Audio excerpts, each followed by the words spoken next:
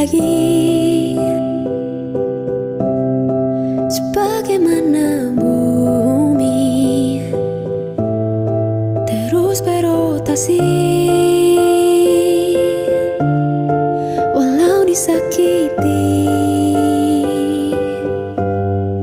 menguatkan kaki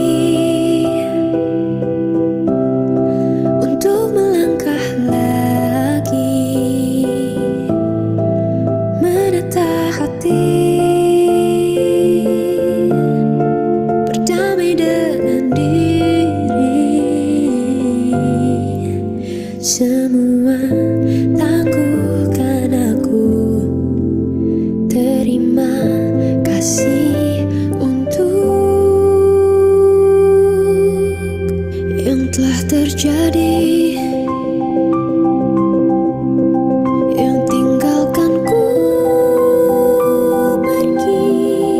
Biarlah terjadi, karena luka kan temui cara untuk kembali. Saat ku mulai tuh terima diri di sekitar badai, beribu indah terabai, yang sederhana tapi beri warna. Semua sembuhkan aku, terima kasih untuk yang telah terjadi, yang tinggalkanku pergi. Ialah terjadi, karena luka kan temui cara untuk kembali. Saat ku mulai tuh terima diri, coba hancurkanku dan ku tetap berdiri.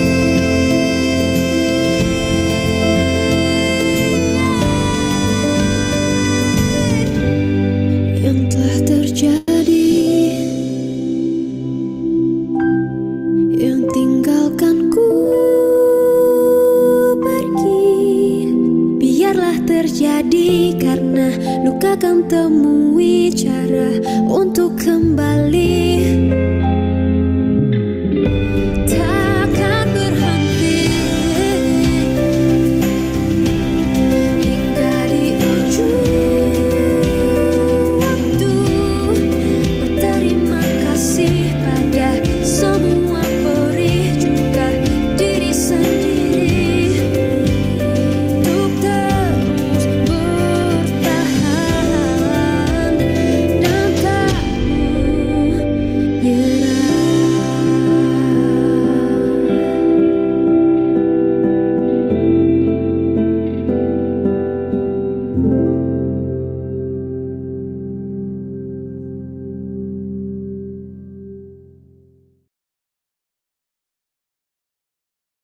Halo sahabat Asri, selamat malam dan selamat datang di sesi persembahan dari Asuh Diri. Saya Azka sebagai MC dalam sesi Bedah Buku Melampaui Luka Ibu Part 1 yang akan membahas pelajaran dari kisah Rara yang bertahan dalam survival mode untuk Mama. Wah, mungkin kisah Rara ini keresahan dari kita semua, pernah kita lihat, pernah kita lalui, atau ada bagian yang kamu banget tapi sedang coba untuk lebih dipahami, untuk lebih memaafkan.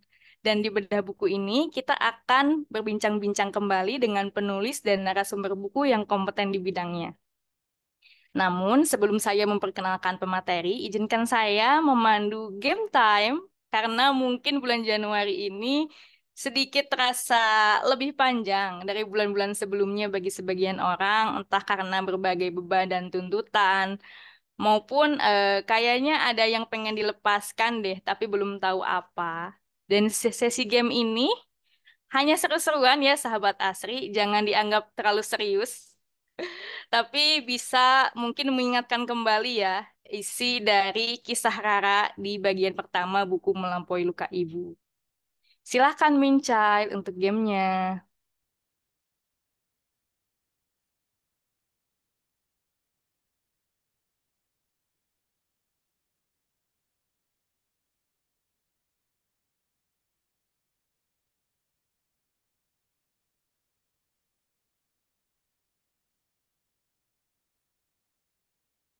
Oke.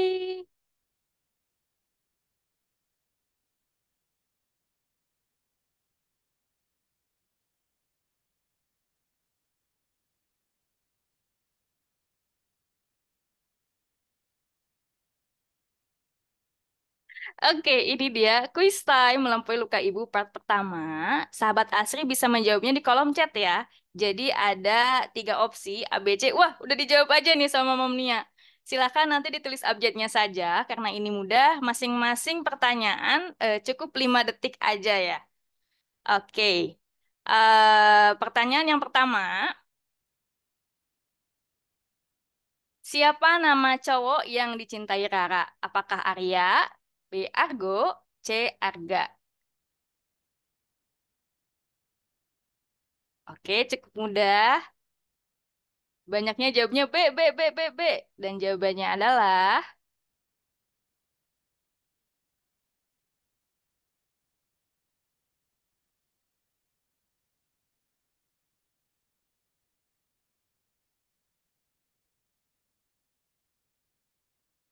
next.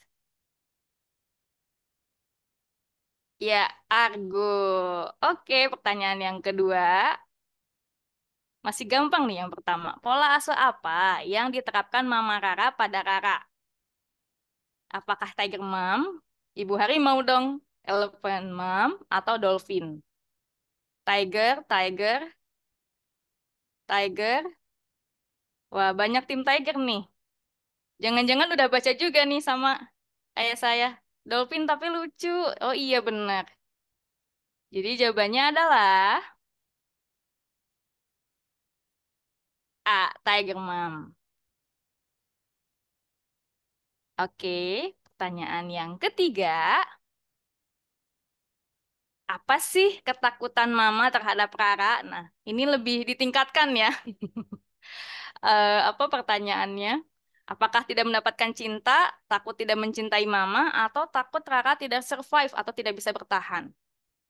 Karena mamanya ini survival mode, jadi jawabannya adalah C. Mama takut Rara tidak survive sehingga nanti akan dibahas di bedah buku. Oke, pertanyaan yang terakhir.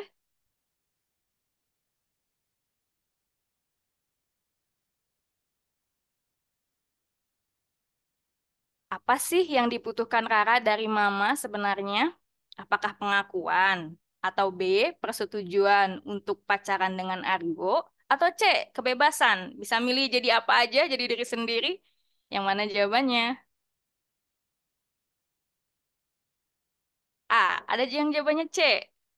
Jawabannya adalah A, validasi atau pengakuan dari Mama. Kalau Rara sudah berusaha nih, gitu ya. Oke, ada lagi pertanyaannya? Thank you. Untuk quiz time-nya hanya berpertanyaan. Nantikan ya game-game seru lainnya mungkin di bedah buku selanjutnya. Terima kasih untuk yang telah berpartisipasi. Ada yang benar semua? Boleh Raisen yang benar semua? Wah, wah, lumayan banyak nih. Yang betul semua mungkin sudah membacanya habis ya, sehingga, oh, saya tahu nih, ini gampang nih, gitu ya. Atau ada yang salah tiga tapi bukan Jawa Tengah. Salah tiga, salah dua, ada. Atau salah semua. Mungkin ini pertanda kita untuk membaca kembali ya Miss Lucy bukunya nanti. Nanti di akhir sesi ini akan ada informasi kalau belum punya bukunya harus menghubungi kemana dan bisa klik link yang nanti akan disediakan oleh Minchild. Oke, demikian untuk gamenya. Dan seperti yang saya janjikan sebelumnya, mari kita berkenalan dengan pemateri pada malam hari ini. Di sini sudah hadir di tengah-tengah kita. Yang pertama, ada Miss Lucy Sutejo. Hai Miss Lucy. Halo, halo, selamat malam semuanya. Selamat malam Miss Lucy. Miss Lucy ini sebagai penulis dari buku Melampaui Luka Ibu sekaligus penulis dari Reparenting Journey ya, buku sebelumnya. Salam kenal, terima kasih sudah hadir di sini semuanya, sahabat Asri.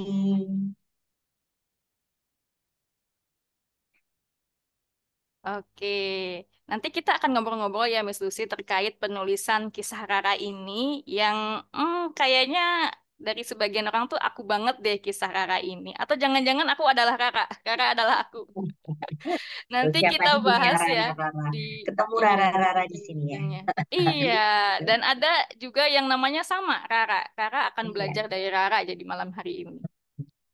Oke, Miss Lucy, terima kasih. Selanjutnya kita ke Ibu Tutik, MPSI Psikolog. Hai, Bu Tutik. Halo Aska, selamat malam. Hai. Selamat malam Miss Lucy. Selamat Selamat malam, malam Putri. sahabat Asri semuanya. Nah, sahabat Asri, Bu Tutik ini adalah narasumber buku dari Melampaui Luka Ibu sekaligus psikolog klinis yang ada di SOP maupun asuh diri ya. Nanti akan ada apa ya rahasia, nanti ada groundnya setelah ini yang akan diinfokan. Gimana Bu Tutik perasaannya malam hari ini akan berbagi ya tentang Mother Wound? Iya, deg-degan sebenarnya. Karena yang dibagi itu biasanya Mm-mm. bikin nggak bisa tidur nanti malamnya. Iya. Jadinya Kepikiran gitu. pengen ngobrol sama Bu Tutik jadinya. Nah, kan repot ya. Mbak Tuti nanti nemenin. Iya, nanti namanya. Nemenin. Oke, Bu Tutik, terima kasih. Nanti kita akan ngobrol-ngobrol ya, Bu, tentang Motherhood ini. Yang berat sih ya, tapi kita harus ngobrolin ini dan mengakui, menyadarinya. Seperti itu. Nanti ada bintang tamu, tapi sepertinya belum menghampiri. Apakah sudah ada? Saya cek dulu. Oke, belum. Sepertinya.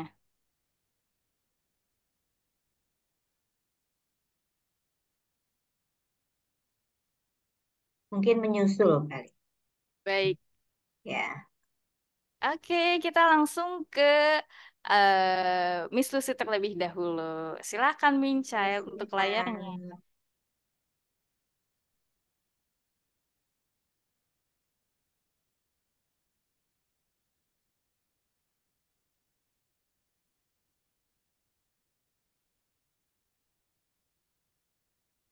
Oke, izin ya, Miss Lucy. Saya ini Kayak nih mau penasaran, diinspeksi ya ini ya. Kayak mau diinspeksi ini ya. penasaran sama Rara ini deh. Hmm. Karena first impression baca buku Rara, yang Hmm. bagian Rara ini, yang saya rasakan justru kagum deh sama Rara. Kok Rara Hmm. ini masih muda, dia ingin selalu membanggakan mamanya nih, dan selalu mengusahakan yang terbaik, tapi ternyata dia ada satu kekosongan yang berusaha dia cari-cari dan pengen dipenuhi gitu. Lantas apa sih alasan dari Miss Lucy memilih tokoh Rara menjadi tokoh di cerita yang pertama nih di buku Melampaui Luka Ibu? Iya, oke. Miss Aska relate ya.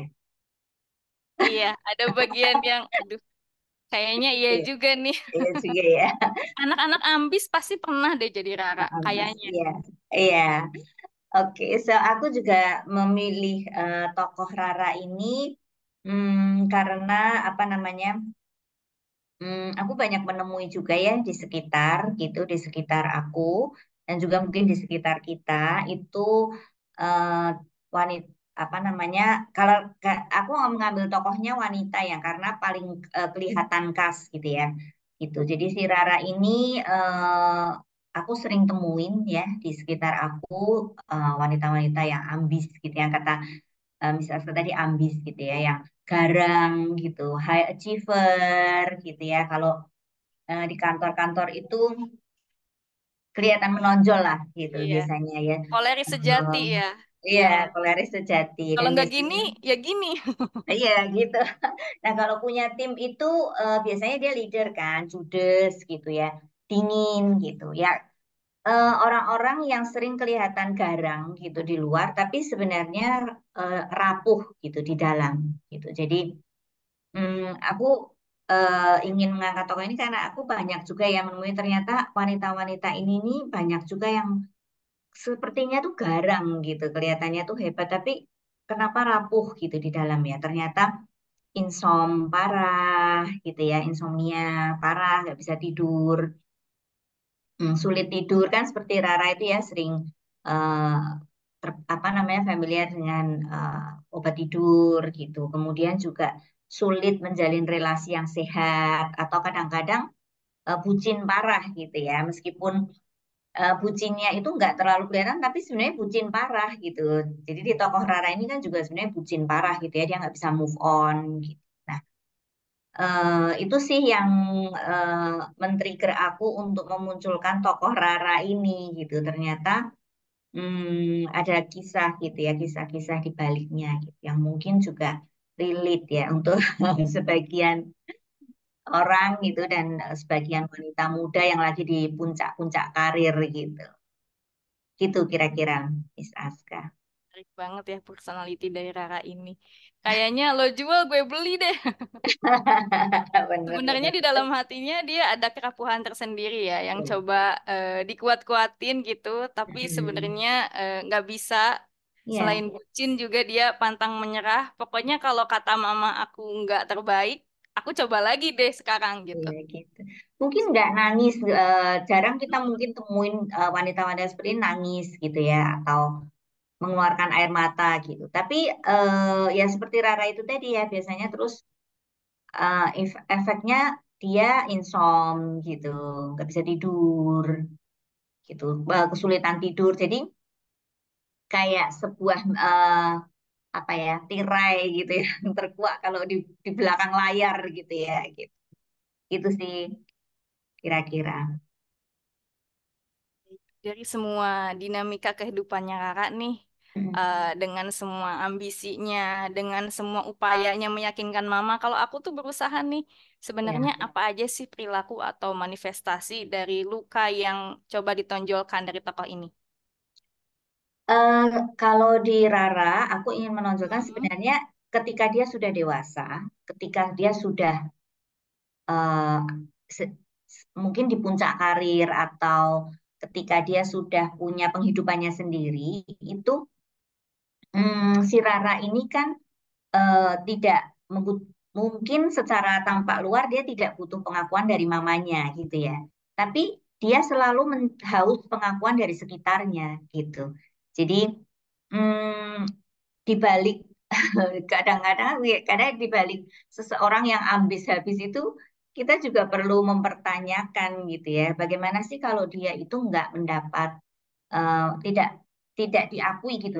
Istilahnya kalau hasil kerja kerasnya atau pencapaiannya itu tidak diakui oleh orang lain, biasanya dia akan sedih, frustasi, marah gitu. Jadi itu yang aku lihat manifestasinya ya, perilakunya itu menonjol. Jadi bukan lagi dia menuntut mamanya untuk mengakui dirinya, tapi dia kayak menuntut itu dari orang lain gitu. Aku udah kerja keras nih, aku udah punya pencapaian segini gitu. Jadi kalau Yung remehin aku, Yung remehin gue nih ya, gitu ya.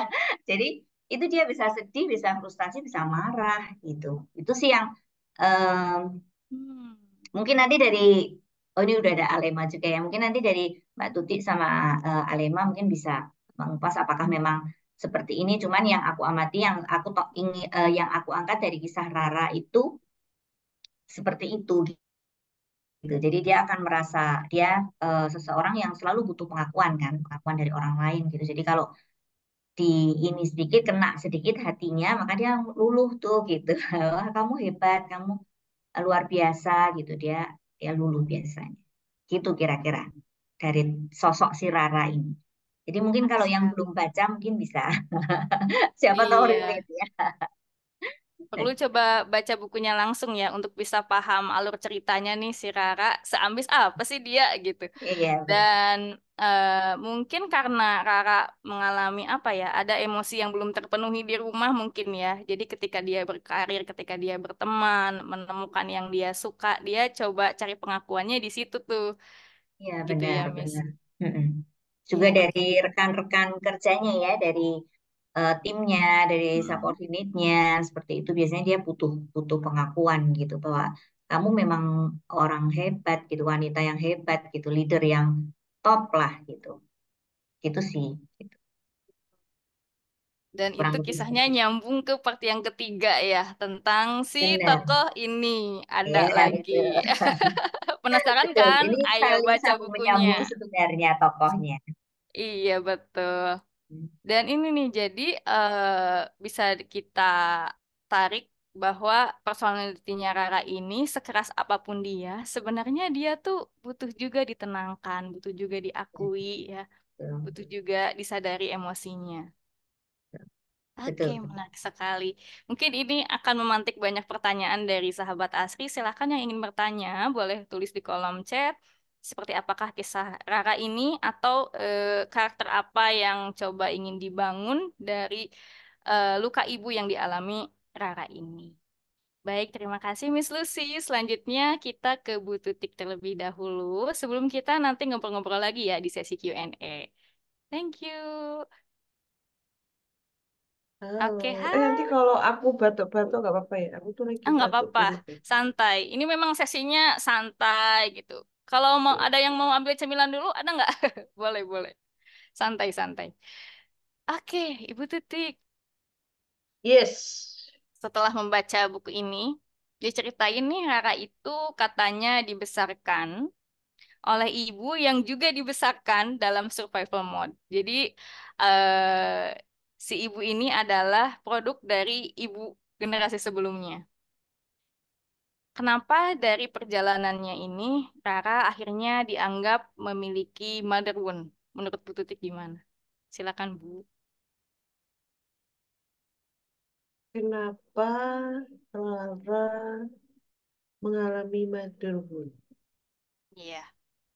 Ya, karena ada fungsi mother yang tidak berjalan di dalam hubungan Rara dengan mamanya. Itu. Fungsi tersebut eh, mungkin bukan tidak berjalan, tapi lebih kepada over ya, over itu. Sehingga kan karena namanya over kan jadi kayak ada keterpaksaan ya. Sesuatu yang dipaksakan tuh kan melukai. Pasti toh, semua yang dipaksakan melukai. Gitu. Itu sih yang menyebabkan adanya mother wound di dalam diri Rara. Karena ada fungsi mother yang tidak optimal. Tidak berjalan sebagaimana mestinya. Gitu. Dari fungsi mother yang tidak berjalan sebagai mestinya ini menyebabkan Rara tuh jadi sosok yang perfeksionis, Mm-mm. ambisius. Pokoknya kalau nggak gitu gue nggak mau deh. Apakah itu Nah, juga ada pengaruhnya dari tuntutan mungkin dari mamanya atau apa ya, peran mother yang berlebihan di sini? iya, karena kan jadinya ketika anak-anak apresiasi terhadap sebuah keberhasilan itu tidak hanya dalam bentuk, kamu pinter loh, enggak. Tapi Hmm, tidak dimarahi, ya, tidak dimarahi itu juga sebuah bentuk apresiasi. oh Jadi gitu. anak-anak itu akan belajar. Kalau aku begini nggak dimarahi kok sama mama, ya udah aku begini terus, Oh ya ya ya. Berarti gitu. dengan tidak mendapatkan komplain itu juga sebagai apresiasi Yes, bagi sang anak. betul. Iya Oh toh. iya ya. Gitu. Ketika Jadi banyak dikomplain, betul, dia, aduh betul. gue Kan salah nggak lagi enak. nih. Iya. Jadi untuk menghindari komplain, maka Rara akan berusaha sesempurna mungkin gitu. Oh, Dan sebuah kesempurnaan itu adalah mengikuti apa yang mamanya katakan, mengikuti apa yang mama mau. Toh yang mama mau pasti bagus kok, gitu kan? Dan memang bagus gitu loh. Rara mendapatkan pendidikan terbaik, nilai Iya. terbaik, karirnya bagus kan gitu kan? Bagus, gak ada salahnya dengan itu gitu. Rara kan juga melihat. Jadi buat apa gitu. Jadi dari situlah kemudian Rara mengulang perilakunya yang akhirnya menjadikan dia sebagai perfeksionis, takut gagal gitu ya, penuh dengan kecemasan gitu. Jadi backup plan-nya juga banyak gitu kan, Hmm, gitu. Jadi kalau iya di iya tempat betul kerja tuh betul. kalau ada karyawan kayak Rara, itu pasti disayang. Action A gagal dia udah punya B, C, D, E gitu, strategik Iya. gitu loh. Oh itu Karena dia seneng takut banget. gagal itu ya. Jadi dia Betul. mempersiapkan dengan baik. Gitu. Jadi wah pokoknya dicintailah tuh kalau di kantor gitu. Anak Gitu. rajin, anak ambisius. Tapi ternyata mungkin dia bingung juga ya sebenarnya apa yang dia butuhkan, apa potensi dia sebenarnya. Karena yang dia tahu apa yang kata mamanya baik akan selalu baik gitu. Betul. Karena kan terbukti ya, dia besarnya karirnya oke gitu. Semuanya baik gitu. Gitu. Oke. Dari caranya Mama Rara ini mendidik Rara, tadi disinggung juga di kuis, mamanya Rara mendidik dengan cara Tiger Mom. Jadi saya harus menaklukkan anak saya nih. Nah, Seperti itu mungkin ya kalau Ibu Macan. Nah, apakah ini sesuatu yang salah, tegas, seperti Tiger Mom, atau sebenarnya justru si Rara nih yang perlu belajar untuk lebih menguatkan mentalnya supaya bisa berdamai dengan ekspektasi mamanya, ya udahlah, bener juga kok kata mama gitu. Gimana, Bu? kalau parenting itu salah benar itu cocok-cocokan ya parenting ya. Kita tuh nggak bisa melihat parenting itu salah atau benar karena semua hal itu selalu ada sisi negatifnya ya. Katanya gentle parenting itu yang terbaik. Tapi apakah ada jaminan gentle parenting itu tidak ada motherhood? Belum tentu juga. Karena aku juga punya klien korban dari gentle parenting gitu loh. Jadi semua parenting itu punya kesempatan, punya probabilitas untuk memunculkan luka gitu ya. Punya probabilitas memunculkan luka. Hanya saja pada Tiger Mom, Mm-mm. based on my experience di tempat praktek gitu ya, efek destruktifnya jauh lebih besar daripada parenting yang disebut dengan gentle parenting gitu. Jadi Tiger Mom ini cukup besar efek destruktifnya gitu. Karena apa? Karena ya destruktif itu kita bisa katakan ada yang terlihat, ada yang tidak terlihat. Nah, kalau Tiger Mom ini destruktifnya itu tidak terlihat. Jadi kalau orang bilang luka dalam, di dalam di dalam apa namanya kalau ilmu kedokteran ya, kalau terjadi luka yang ngocor gitu lebih gampang ditangani ya. Iya, Tapi kalau betul. lukanya di dalam tuh malah ih ada apa nih kan gitu ya susah ya. Iya, Nah kalau betul. Tiger Mom ini ada luka di dalam. Rara tidak punya pengalaman dipukul, dicubit gitu enggak. Dia Nggak ada. diberikan fasilitas yang luar biasa gitu, sempurna gitu kan. Kalau orang-orang bilang bersyukur jadi Rara gitu, karena dia selalu dapatkan yang terbaik. Tapi efek destruktifnya adalah dari dalam. Artinya individu menjadi orang yang dependensi tanpa dia sadari. Tanpa dia sadari dependensi. Kok bisa? Iya. Kan dia butuhnya validasi eksternal. Ya, Betul. kalau dia berbuat tidak ada yang memvalidasi, kelar hidupnya kan gitu. Itu, Langsung jadi tuh insecure muncul, langsung betul, itu menyalahkan diri sendiri, dan lain-lain. betul. Itu kan salah satu bentuk dependensi sebenarnya, tapi Iya, tidak terlihat. Kita kan melihatnya dependensi itu yang kemana-mana harus ditemenin suami, harus ditemenin pasangan, ini kayak gitu ya. Tapi iya. enggak, di dalam Rara ini dependensinya adalah validasi eksternal. Saat dia berbuat sesuatu, berperilaku tidak ada validasi eksternal, maka dia self blaming dan segala macam. Gitu. Kalau Wah, menarik bagiku sih banget nih. efek destruktifnya jauh lebih besar ya, Iya. sulit Dan gitu. jangka panjang ya, Bu, sepertinya. Iya, jangka panjang. Karena biasanya individu yang seperti ini mindsetnya adalah seharusnya saya bersyukur ya Mbak ya, kan Apa saya sih yang sukses. kurang? Yes, saya nggak pernah dipukul, saya nggak pernah dimarahin, saya nggak pernah dicubit, saya selalu mendapatkan fasilitas terbaik malah. Sekarang karir saya sukses, saya cari kerja gampang, promosi juga cepet. Terus yang saya komplainkan apa ya gitu ya. Tapi kosong di dalam. Kan Ada susah ya. kosong, ada lelah yang pengen diatasi, tapi nggak tahu mulainya dari mana ya. Karena memang efek destruktif ini sudah lama gitu tersimpan di alam bawah sadar. Oke, oh ini ada satu pertanyaan, boleh dijawab sekarang ataupun nanti perbedaan gentle parenting dengan tadi parenting yang tiger mom itu seperti apakah? Nanti Gentle. aja kali ya, bareng aja kali ya. Boleh, nanti aja. Oke, terima kasih Bu Tutik. Nanti kita Oke. ngobrol-ngobrol lagi di sesi Q&A. Selanjutnya, saya izin ke bintang tamu kita pada malam hari ini. Hai, Hai, selamat datang Mbak Alema. hai, terima kasih. Apa kabar, Aska? Kabar baik, senang banget ketemu dengan Mbak Alema. Sebagai bintang tamu ya malam hari ini. Hai Bu Tuti, aku kangen dengan walls apa dindingnya Bu Tuti. Oh iya, Aku nggak Pakai lihat malam virtual ini. background jadi nggak kelihatan. pakai background.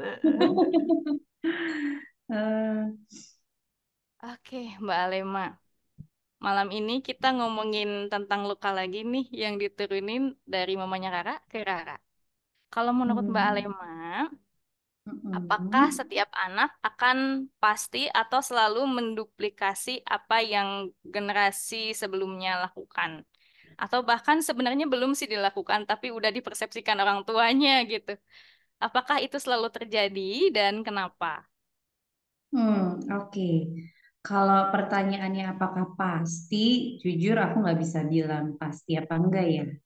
Karena kalau udah ngomong pasti, pasti harus ada data.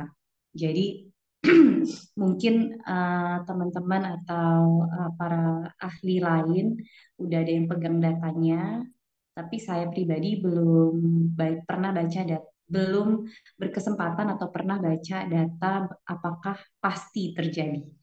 Tapi kalau dalam observasi dan pembelajaran yang saya lakukan atau experience juga memang dari sebuah studi menyatakan bahwa eh, otaknya anak itu mirroring dengan otaknya orang tua.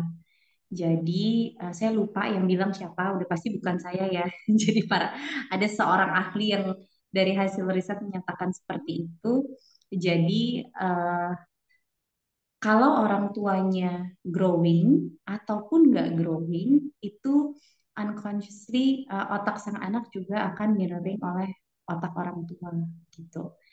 Nah, dari situ translation yang saya dapat di pembelajaran yang lain adalah memang terkadang apa yang dilakukan oleh orang tua tanpa sadar dimimik oleh anak.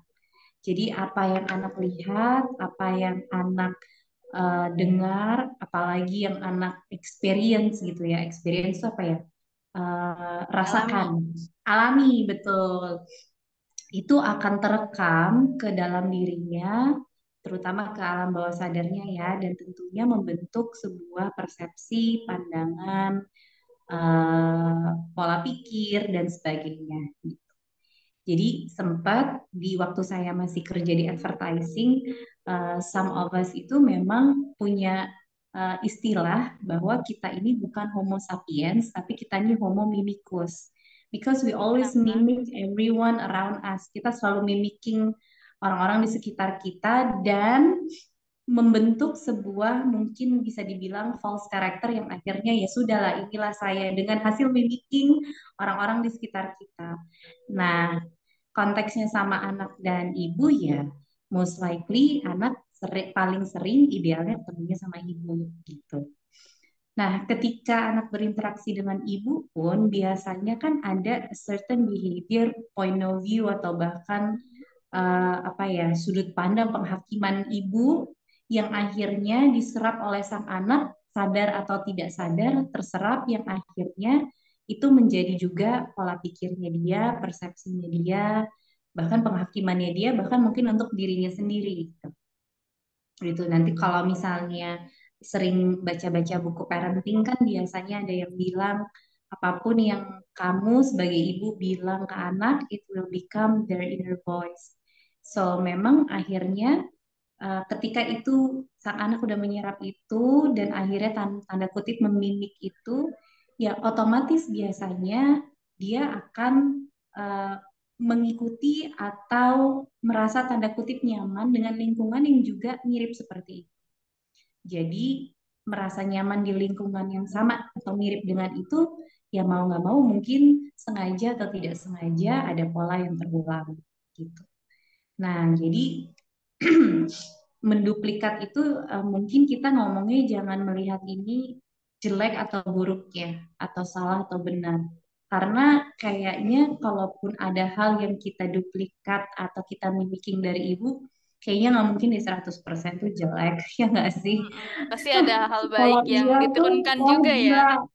I would feel so bad as a mother ya kalau misalnya setiap kita ngomongin mengulang apa namanya mengulang mengulang pola terus abis itu kita ngomong tentang duplicate generation yang sebelumnya dan kalau selalu dikonotasikan dengan that it's bad then I'll be so sad gitu karena as a mother ya masa itu yang akan selalu masa nggak ada titik cerah gitu jadi mungkin kita juga point of view kita saat ini mungkin melihat mana yang doesn't work for us, mana yang udah nggak berkontribusi lagi untuk hidup kita.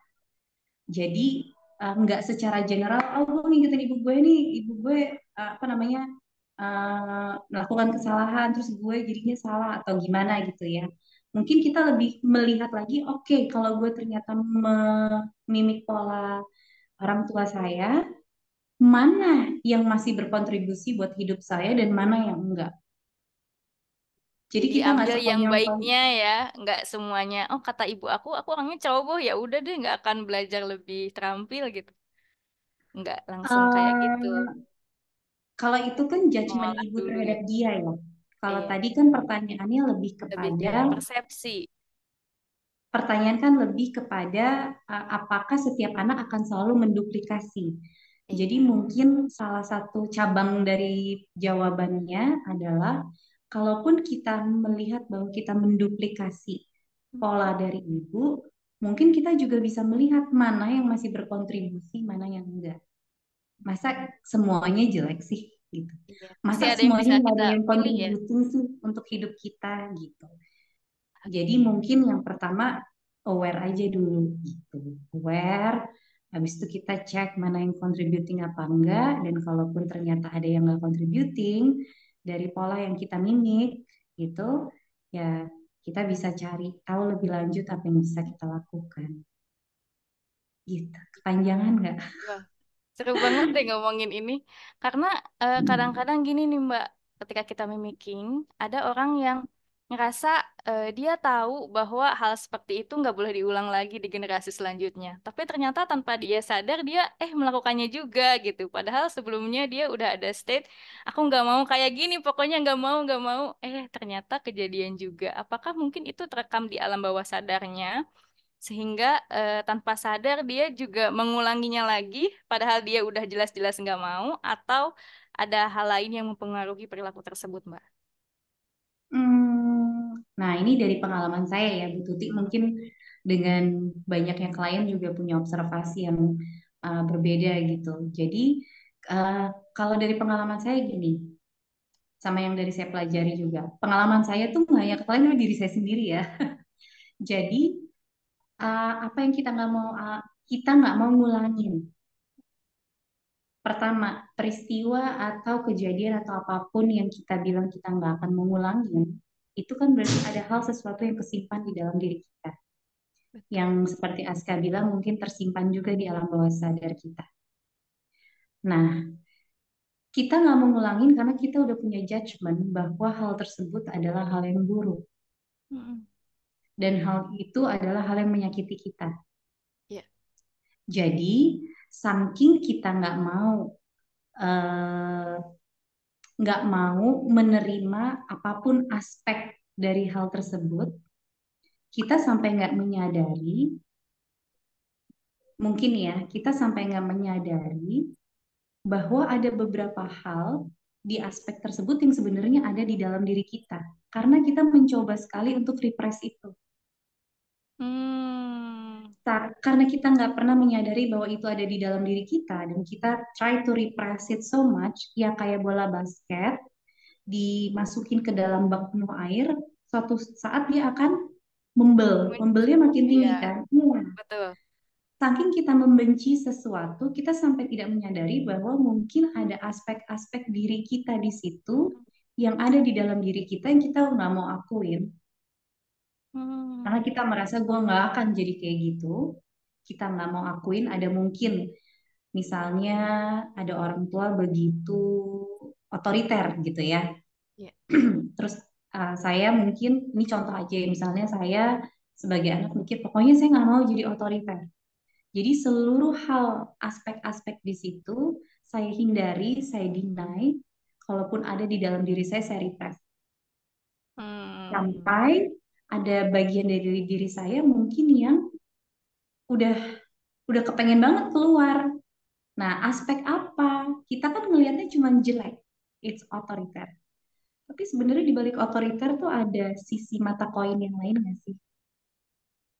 Iya, ada Seperti ketegasan, betul. Ada apa lagi? ada Leadership. iya leadership, tahu apa yang dimau.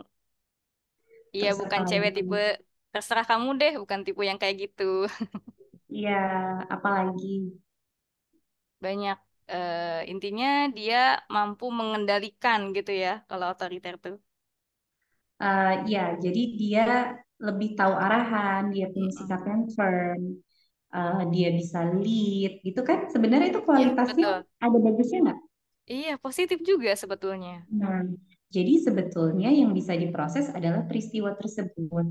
Sehingga ada aspek-aspek yang mungkin direpresentasikan oleh hal tersebut yang akhirnya tidak bisa kita akui atau tidak bisa kita lihat gitu. Sehingga semua itu kita tekan begitu dalam, akhirnya meledak deh. Kalau udah meledak, meledaknya melakukan hal yang familiar buat kita, yaitu apa yang pernah kita lihat. Akhirnya mengulangi hal yang sama deh. Padahal kalau kita akui, oke, kita kita proses ya, kita proses hal yang menyakiti kita tersebut, kita mulai mengakui ada di sisi mata koin yang lain yang mungkin bisa kita terima, yang mungkin ada di dalam diri kita jadi bisa mengekspresikan kan sisi-sisi itu gitu. Ketika kita sudah bisa mulai mengekspresikan sisi-sisi itu, kan nggak kependem lagi tuh.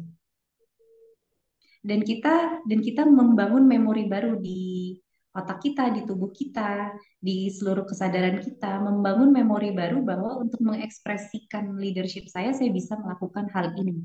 Untuk Oke. mengekspresikan this kind of apa namanya, bukan agresif apa ya? Di bawahnya agresif tuh apa sih, gradasi di bawahnya agresif? Baik. Determination gitu. Untuk mengekspresikan determination saya, itu tuh caranya gini. So, kita kan giving you information.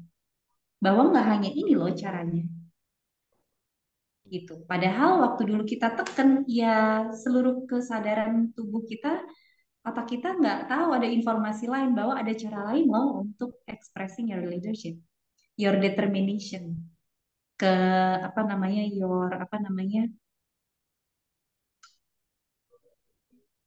bukan selain di bawah agresif tuh apa ya? Ada teman-teman bisa bantu nggak?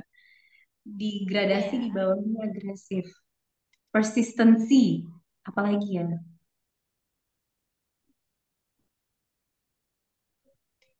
Oke, baiklah.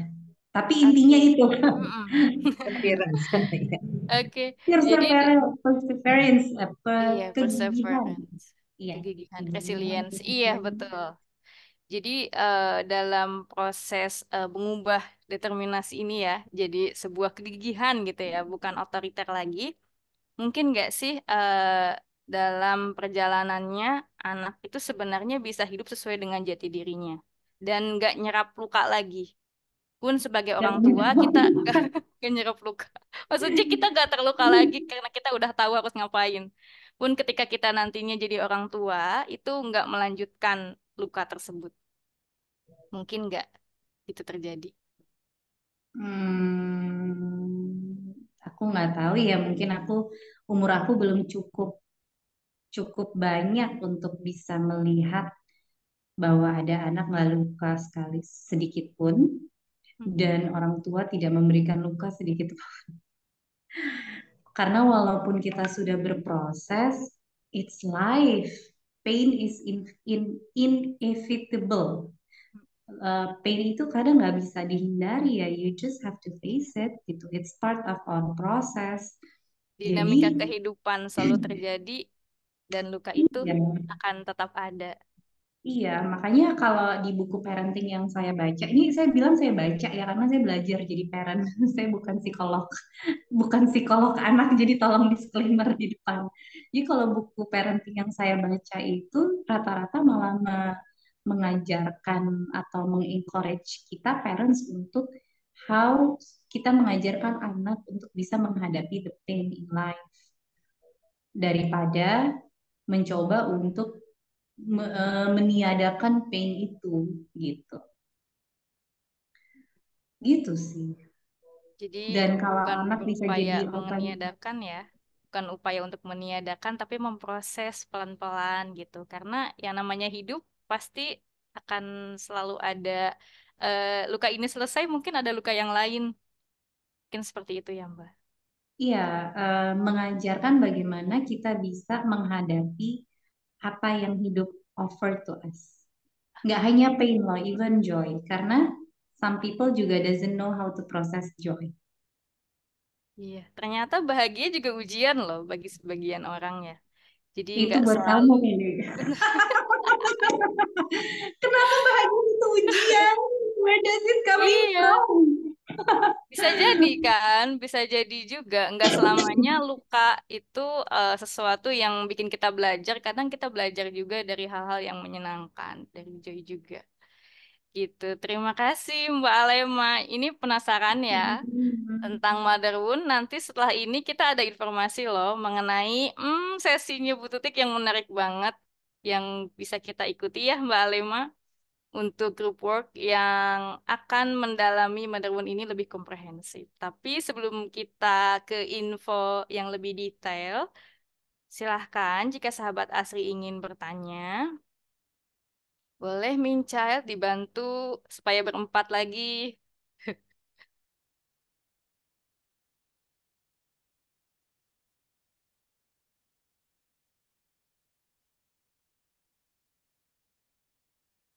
Oke.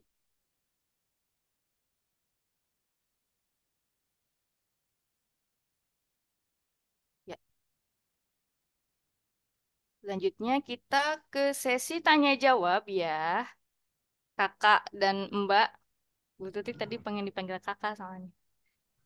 Oke. Kesel banget pakai dibahas. Ya, Tadi diskriminasi pertanyaannya gimana, Bu Tutik? Nggak itu. apa-apa ya, kakak? Determination. Oke. Terima Ngapain sih kasih. dibahas? Kan jadi ke spill.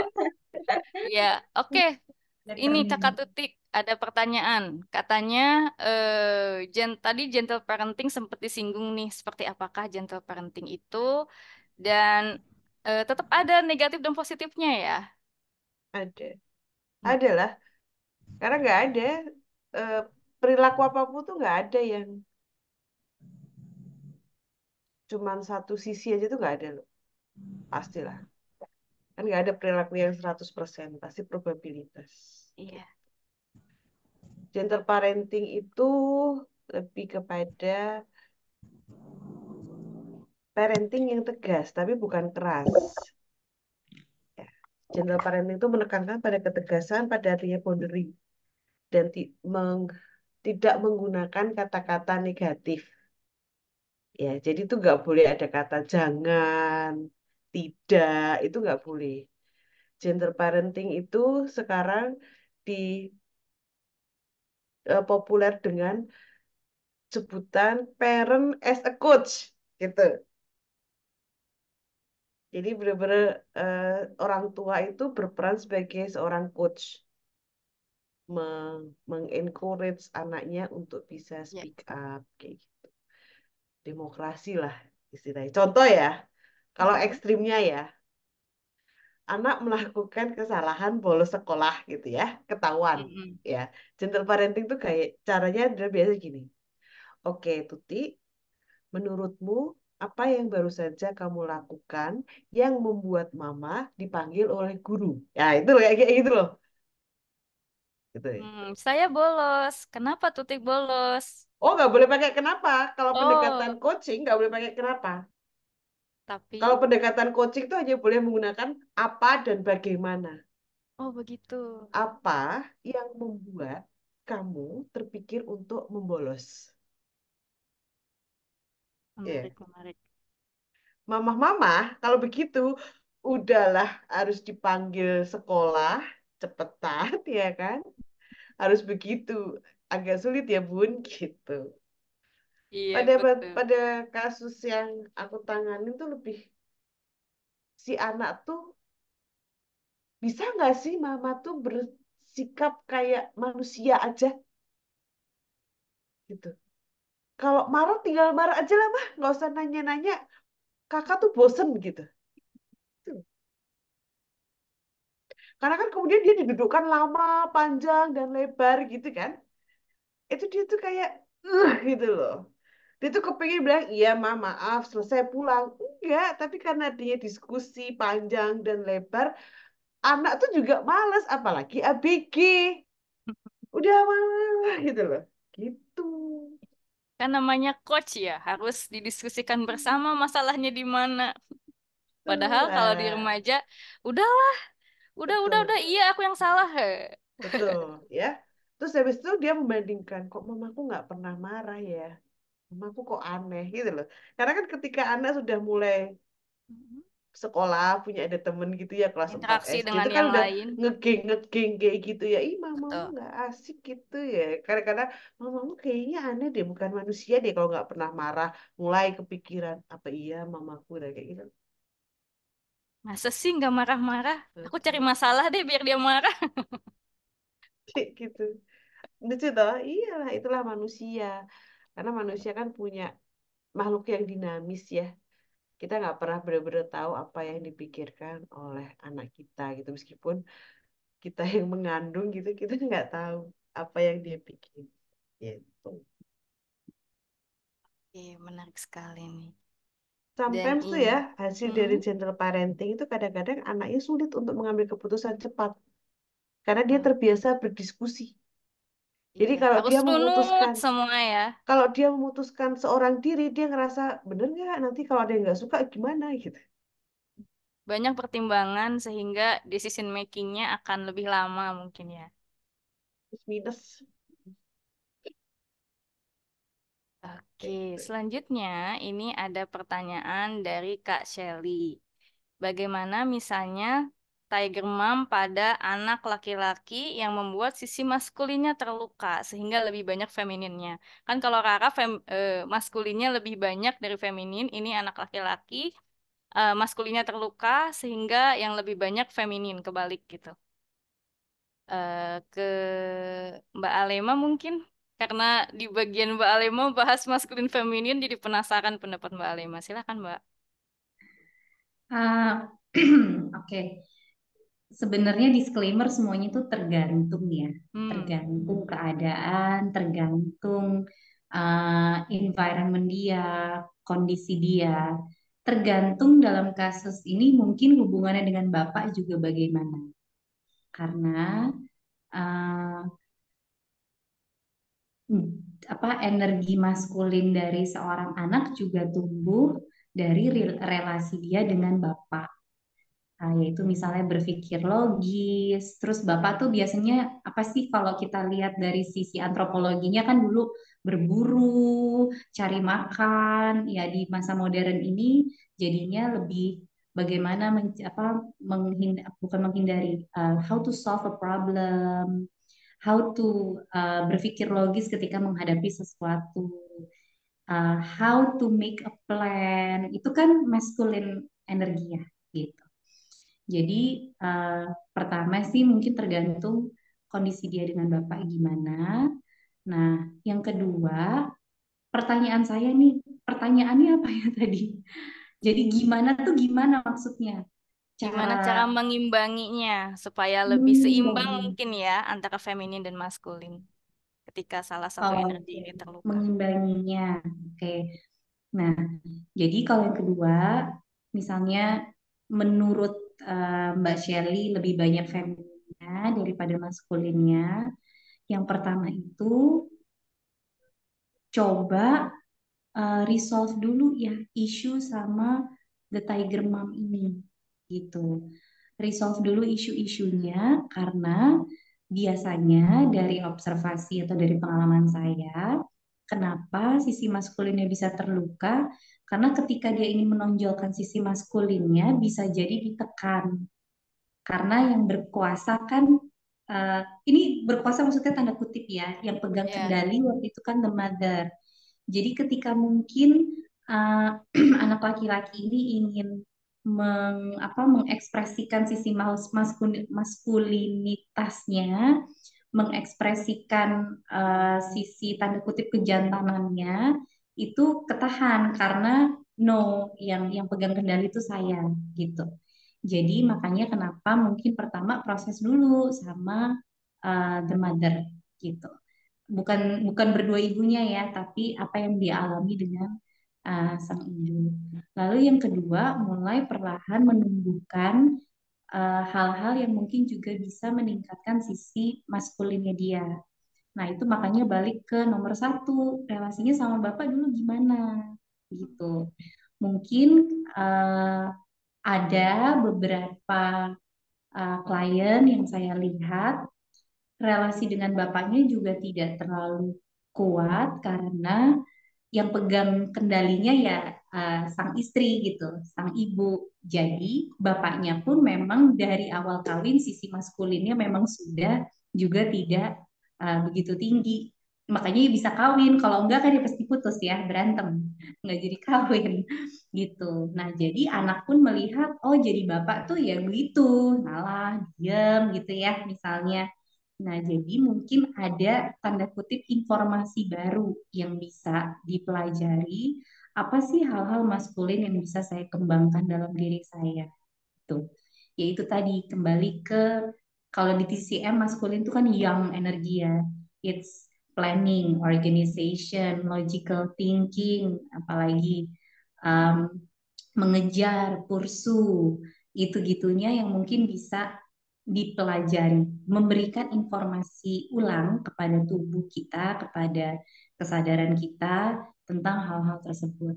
Gitu. Semoga menjawab gitu. terima kasih banyak untuk jawabannya. Nah, ini ada pertanyaan dari kolom percakapan di sharing sore tadi, Miss Lucy. Jadi ada yang penasaran, apakah si Rara ini nantinya dia bisa melepaskan kekosongan atau rasa aku nggak cukup, aku belum sempurna dan lain-lain sehingga dia nantinya bisa jadi diri sendiri. Apakah di buku ini akan diceritakan sampai ke tahap tersebut atau seperti apa? Silahkan Miss Lucy. Ya, kalau yang sudah membaca, mungkin sudah tahu ya proses perjalanannya si Rara. Karena di buku ini memang apa namanya tujuannya adalah untuk meng, apa ya bukan mengarahkan ya apa ya memberikan satu insight gitu bahwa perjalanan pemulihan itu possible gitu. Bahwa itu tuh possible. Jadi ada yang tanya apakah kemudian kita bisa menemukan apa tadi ya, bisa pulih atau apa? Saya tadi agak baca Iya. Apakah sekilas. kita mungkin untuk benar-benar ikhlas gitu ya Ya, nah dalam itu tuh perjalanan Rara ini? proses ya gitu. Semuanya itu proses. Tapi proses pemulihan itu kalau menurut saya pulih itu ya possible gitu. Itu mungkin gitu asal kita mau menjalaninya ya gitu. Jadi kalau di cerita Rara ini insight-nya adalah bahwa possibility-nya itu ada, kemungkinannya itu Iya. ada. Ya, jadi melalui proses tentu saja melalui proses yang nggak sebentar tapi bisa gitu. Setiap orang bisa berproses sih. Gitu. Begitu kira-kira. Dibaca Oke, dulu dan bukunya sampai selesai. betul supaya tahu bagaimana Saya perjalanan tahu Rara akhir selanjutnya. akhir cerita dari Rara. Belum akhir sih ya gitu. Nah, kira-kira ujung ceritanya sampai di mana. Tuh. Begitu Menarik kira-kira. sekali. Jadi pengen baca ulang bukunya. Saya udah baca loh, sahabat Asri udah baca juga. Bagi yang belum, silahkan baca bukunya. Yang belum memiliki bukunya, boleh ya nanti ada Mincat yang akan memberikan informasi. Oh ya, ini ada pertanyaan menarik sekali dari Kak Nia. Apakah ada untuk Bu Tutik sepertinya, apakah ada hubungan gangguan hormonal pada wanita yang memiliki mother wound? Nah, kalau itu nggak bisa jawab, nggak tahu, karena aku sendiri belum pernah baca datanya ya, Ya. penelitian pengaruh pengaruh hormonal dengan perempuan yang mother wound ya, aku belum pernah tahu. Kalau yang tahu ya hormon pada depresi ya, Hmm, hormon hubungan pada penyakit dan kecemasan lain-lain ya, ya. hormon karena kan mother wound itu bukan sebuah diagnosa sebenarnya. Mother wound itu kan istilah populer. Mother wound itu sebenarnya kan istilah populer dari ACEs, Adverse Childhood Experience, Ya. kan begitu. Nah, ACEs inilah yang nanti manifestnya ke psychological disorder, bisa anxiety, depression, terus bisa bipolar, kayak gitu-gitu loh. Itu. Nah, gangguan-gangguan ini yang diagnosa itulah yang nanti baru bisa ada hubungannya dengan hormon. Contoh nih misalnya pada orang depresi ada hormon yang tinggi, ada hormon yang rendah. Tapi kalau hubungan hormon dengan mother wound tuh kok gak ada ya? Karena lompatannya, gapnya terlalu besar. Gitu. Tapi mungkin menarik juga ya, bisa di. Soalnya kita nggak tahu loh, rasa sakit itu di otak itu direspon sama. Dia nggak tahu rasa sakit itu karena luka mama atau luka ayah itu nggak tahu. Dia cuma tahu aja itu Aku reseptor itu. terluka gitu ya. Iya, betul. Oke, jadi tidak dapat disimpulkan gitu ya, apakah Yes. ketika kita mengalami luka ibu, hormon perempuan kita ikut terganggu atau enggak itu belum bisa disimpulkan. Tapi mungkin ini ada entah mitos atau fakta ketika kita berjuang untuk misalnya headnya rutin dan lain-lain, coba perbaiki hubungan dengan ibu. Berarti itu belum bisa juga validasi kebenarannya ya, karena dalam otak Iya, kita, belum kita bisa. tidak membagikan apakah luka dari ibu, luka Betul, dari ayah. betul, betul. Yang ada kalau hormonnya, kalau menstruasinya sakit atau menstruasinya tidak lancar, Mm-mm. dokter cuma bilang jangan stres gitu aja. Iya, betul. Stresnya apa kan nggak bilang ya dokter. Iya, betul, betul. Menarik sekali. Oke. Eh, tadi tuh aku tertarik sama yang disebutin Mm-mm. Mbak Elima. Kalau tiger mom pada laki-laki. Nah, ini loh lucunya. Tapi memang harus dibuktikan pakai data ya. Kalau dari pengalamanku tuh ya, kalau tiger mom itu laki-lakinya itu jadi Feminin. argo itu loh. Jadi Oh, submisif, Ya, submisif rata-rata gitu. powerless gitu ya. Nah, Jadi powerless, betul. ya. Lucu ya balikan dari efeknya ya. Rara jadi ya. Iya, kalau Kalau tiger Rara mom, terlalu maskulin, kalau laki-laki jadi betul. terlalu feminin Betul, justru. rata-rata gitu. Tiger Terus mom kalau tertariknya ke sama laki-laki. perempuan-perempuan Iya, ya kayak perempuan mamanya, perempuan. heeh, Iya. heeh. Itu nanti Iya. ya panjang juga sih hubungannya juga sama transgenerational issue gitu ya. Itu panjang. Iya, saya pernah lihat juga yang kayak gitu. Jadi ketika dia terluka dengan ibunya, sangat pokoknya kalau kata ibu A ya A gitu. Akhirnya dia susah mengambil keputusan dan dapatnya istrinya yang tegas-tegas, yang Iya. galak-galak, pokoknya yang bisa ngarahin suaminya. Ada juga Iya, seperti itu. papa mantan pacar, Miss Aska. Iya, Iya, papa mantan pacar, Miss. enggak pernah lihat di lingkunganku seperti itu. Ternyata memang iya, itu energinya jadi kebalik gitu ya. Jadi toh kalau misalnya para mom yang datang di sini nih ada yang Rara gitu ya, ada yang jadi Mm-mm. Rara gitu ya. Nanti kan kalau ditanyain sama, tanya coba tanya lah ke pasangannya atau ke suaminya. Jawabannya iya soalnya kamu mirip mamaku misalnya begitu ya. Terus nanti kalau marah-marah ya kamu juga harus terima dong marah-marahku juga mirip kayak mamamu gitu. Harusnya kamu sudah terbiasa dengan itu kan. Sudah familiar. Sudah familiar.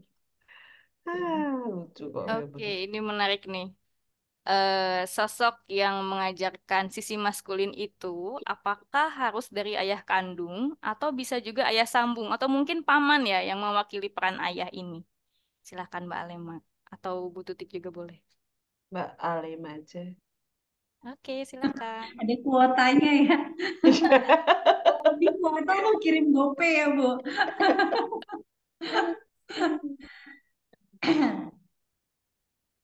Yang saya ketahui bisa belajar dari orang lain. Salah satu buku yang saya pegang itu Raising Boys in 21st Century. Oh udah ya, kedengeran ya. Salah satu buku yang saya baca itu Raising Boys in 21st Century. Karena anak saya laki kebetulan. Jadi di situ ada pembahasan tentang kalau single mom gimana dong gitu. Misalnya Iya. papanya meninggal atau divorce atau sebagainya. Nah, jadi salah satu caranya itu adalah menemukan role model laki-laki yang menurut kita sebagai ibu itu cukup baik untuk anak kita, supaya Hmm. dia juga bisa mendapatkan contoh how to become a man gitu. Terutama kalau misalnya teenager itu bisa mulai ada kakak kakak asuh gitu ya. Jadi nah ini Bu Tuti mungkin lebih berpengalaman nih Bu, karena kan aku bukan psikolog remaja tuh, tapi dari buku itu katanya kalau memasuki masa remaja, mereka tuh lebih senang mendengarkan nasihat dari orang lain karena senang mencari hal-hal yang nggak familiar buat mereka. Jadi justru di masa-masa itu kalau misalnya sang bapak nggak ada, bisa cari role model yang bisa bentuknya seperti kakak asuh atau coach untuk bisa memupuk dan membangkitkan dengan sehat yang sifat maskulin mereka.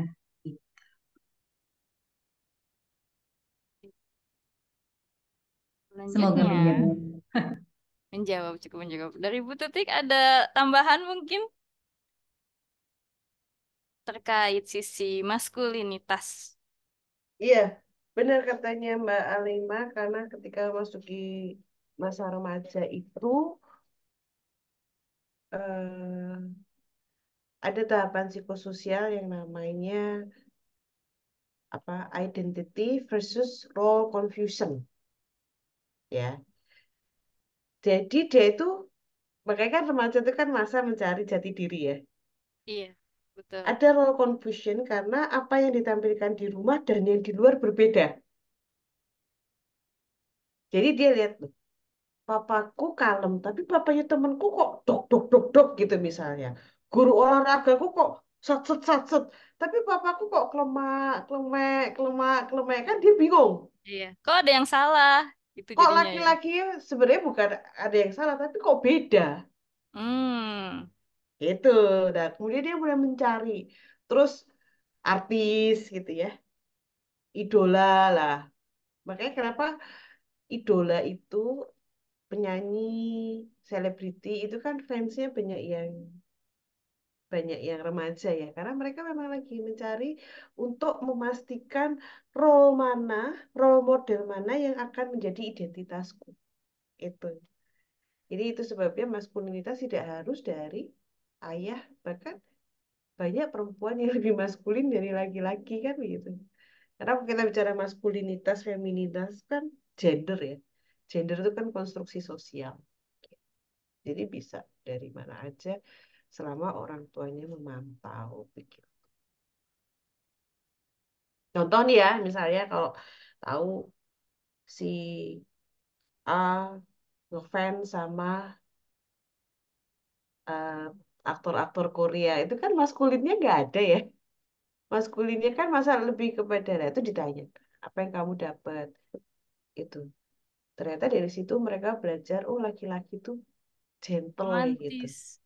Gentle, bukain pintu, guys, kayak gitu gitulah. Itu tuh perlu dipantau oleh orang tua supaya kita tahu apa yang diserap oleh anak kita, sisi mananya. Jangan main asumsi.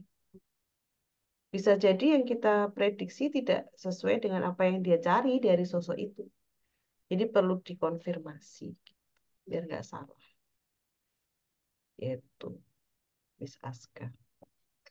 Ternyata panjang sekali ya perjalanan kita untuk mengenal luka ini dan juga untuk memastikan apa yang diserap nanti sama anak kita, apa yang dia ambil. Karena kan apa yang diturunkan dari orang tua kita atau kita turunkan seperti tadi yang Mbak Lema bilang, nggak akan semuanya negatif, pasti ada hal-hal baik yang berkontribusi juga untuk diri kita. Menarik sekali malam hari ini. Seneng Iya. banget ketemu dengan Mbak Alema, Bu Tutik, dan Miss Lucy. Tapi sayangnya waktu kita sebentar lagi habis. Oke, sebelum kita mengakhiri perjumpaan pada malam hari ini, kita foto bareng dulu. Kemudian nanti saya akan menyampaikan informasi yang ditunggu-tunggu nih sama sahabat Asri ya. Silahkan, mumpung belum ngantuk, boleh dibuka kameranya jika yang memungkinkan. Oke, siap. Silahkan. Thank you yang sudah membuka kameranya. Apakah ada lagi? Oke, sepertinya tidak ada. Oh, masih ada. Yuk, yuk, yuk, yuk, kita foto dulu sebelum ada pesan-pesan penting yang ingin disampaikan setelah ini.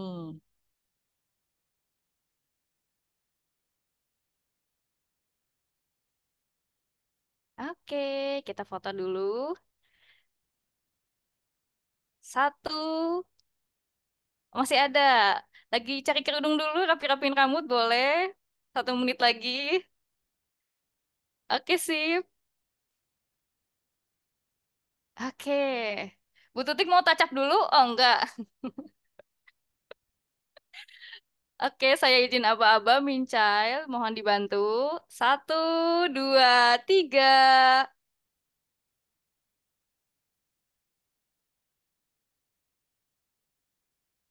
Oke. Satu kali lagi. Karena ini berlembar-lembar ya, jadi senyum lagi ya. Kering-kering gigi nggak apa-apa. 1, 2, 3.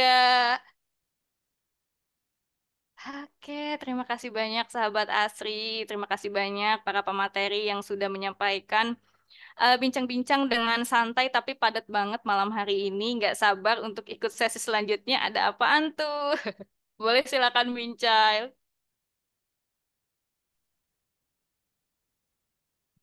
Oke, nih untuk tadi sahabat Asri yang penasaran dengan buku Melampaui Luka Ibu, mungkin belum sempat ikut PO-nya, silahkan masih bisa dipesan sampai malam hari ini karena ada subsidi ongkir sampai Rp10.000. Pemesanan bisa dilakukan di bit.ly/buku MLI. Dan setiap pembelian di periode ini akan mendapatkan potongan sampai 500.000 ya untuk member Asri. Selanjutnya, nah ini dia untuk kita lebih memahami Motherwound. Yuk kita ikutan grup worknya Forgiving and Dealing with My Motherwound. Perjalanan kembali pada diri sendiri bersama dengan Ibu Tutik Septriasi, MPSI Psikolog yang akan dilakukan secara online. Ini nggak sekali beres ya, tapi sesinya akan sangat komprehensif dan seru banget karena ada 5 sesi ya, 5 ya. Intro beserta dengan 4 sesi di jam 19 sampai jam 21 dan eksklusif sekali terbatas untuk 12 orang. Informasi lebih lanjut bisa chat di WA yang tertulis di kolom chat ada Mincet Arin. Karena ada harga khusus nih untuk peserta sesi ini. Untuk umum 888.000 dan untuk member 777 dari harga normal 999.000. Grab it fast karena kuotanya hanya 12 orang. Jadi jangan besok-besok, langsung tap sekarang. Supaya tetap kebagian dan ikutan sesinya dengan butut menuju perjalanan kembali pada diri yang sejati. Thank you, sahabat Asri dan semuanya. Miss Aska, Demikianlah. Miss Aska, Iya, saya mau boleh. nambahin. Mungkin Oke, untuk silahkan.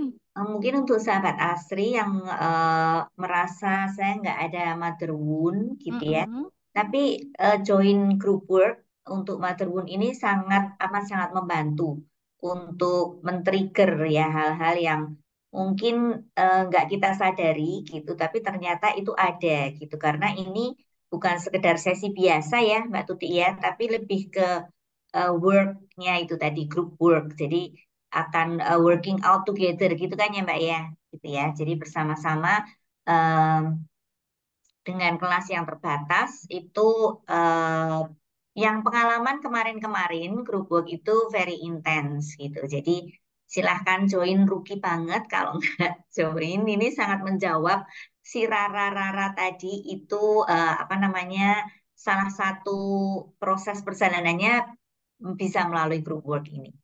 Itu Betul sekedar sekali. testimoni juga yang pernah mengikuti grup work Motherboon. Saya dulu pernah ikutan loh kerupuknya Bu Tuti. Ya, Dan silakan seru Kak. banget. Asik. Sebuah Aku proses alumni grup pemulihan. work. Iya, Ya, Sebuah alumni proses juga. pemulihan yang Betul. panjang. Iya, dan Tapi ya seru benar banget. katanya Mbak Alema, memang perlu dihadapi gitu. Kalau Iya. enggak, mau sampai kapan berlari menghindari? Cie. Iya.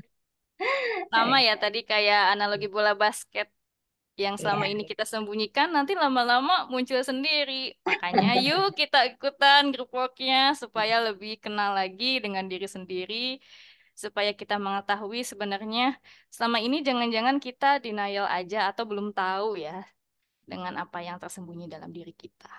ya. Buku ini, Oke. buku Melampaui Luka Ibu Mm-mm. ini hanya sebagai trigger. Jadi kalau Betul. prosesnya di sini bisa diasuh diri, gitu ya. Lewat grup work Oke. salah satunya. Betul, silahkan ya sahabat Asri dimanfaatkan dari bukunya, sesinya maupun group worknya. Karena buku ini sebenarnya tipis mana ya bukunya? Oh di atas. Bukunya tuh tipis, tapi bagi sebagian orang ini perlu dipahami dengan pelan-pelan. Makannya jangan cepet-cepet supaya bisa dicerna dengan nyaman, seperti itu katanya. Jadi bagi yang belum membacanya, kayaknya harus beneran check out deh sekarang. Karena bukunya ini menarik banget untuk kita yang ingin belajar mengenal Mandarin. Oke, demikianlah malam hari ini. Dari Miss Lucy, Bu Tutik, dan Mbak Alema, ada yang ingin disampaikan sebagai closing statement, seperti pesan untuk Rara mungkin ya. Untuk Rara dan Rara-Rara yang ada di sini. Oke, silahkan dari Miss Lucy dulu. sebelum kita bye-bye. Oke, pesannya adalah itu tadi join proses pemulihan. Ini ya, ikuti proses pemulihannya supaya kita bisa benar-benar jadi menemukan ya diri kita yang sejati. Jadi yang di belakang orang-orang ambis ataupun perfeksionis itu mungkin Hmm. kita perlu sesekali lah ya kalau memang belum pernah perlu sesekali memproses mengikuti sesi-sesi seperti group work atau terapi lainnya gitu untuk bisa menemukan diri kita gitu. Dan mengenali ya apakah kita itu sebenarnya memang punya mother wound atau father wound atau wound-wound yang lainnya gitu. Begitu kira-kira. So, terima kasih sudah hadir malam hari ini. Ya. Dari Bu Tutik ada pesan untuk Rara? Untuk rara-rara di luar sana, Eh, lemah lembutlah kepada diri sendiri. Wah, Oke, udah. udah itu Sekarang aja. Miss Dan itu Alaina mengena duluan. sekali lemah lembutlah kepada diri sendiri. Karena kita kadang terlalu keras terhadap diri sendiri dan menjadi Rara. Wow, oke. Selanjutnya dari Mbak Alema. Silahkan pesan untuk Rara dan Rara-Rara di luar sana. Kalau arah hidup saya, mungkin saya bilangnya please accept yourself, be gentle, love yourself, and please get rest. Silakan, tolong beristirahat. Silakan tidur yang panjang. Nikmati hari libur dengan berleha-leha. Itu salah satunya. Menarik banget dan menggelitik ya. Mungkin Rara-Rara di luar sana sedang merasa takut gitu ya, atau merasa bersalah kalau istirahat. Nah, dengerin nih kata Mbak Alema. Istirahatlah dan nikmati Pastilah, waktu luangmu. rara-rara di luar sana tuh kalau istirahat tuh merasa bersalah. Pastilah. Kayak nggak tenang. Oke. Mari menjadi Rara yang gentle kepada diri sendiri, berbaik hati kepada diri sendiri, dan memberikan waktu untuk beristirahat ya. Untuk itu kita cukupkan sesi pada malam hari ini. Terima kasih banyak kepada Miss Lucy, Bu Tutik, dan Mbak Alema yang sudah memberikan bincang-bincang ini menjadi wow, padat banget. Dan kayaknya nih kalau dilanjut masih bisa lanjut nih sampai jam 11 malam. Tapi karena durasi, mari kita cukupkan. Dan nantikan bedah buku selanjutnya ya, Miss Lucy. Nanti deh dikabari lagi. Akan ada bedah buku di part selanjutnya. Nanti seperti apa sesinya akan diinfokan di grup. Jadi jangan kemana-mana. Tetap di grup itu karena nanti akan ada informasi-informasi lainnya. Terima kasih banyak untuk malam hari ini, sahabat Asri. Sampai jumpa. Bye-bye. Terima kasih. Bye.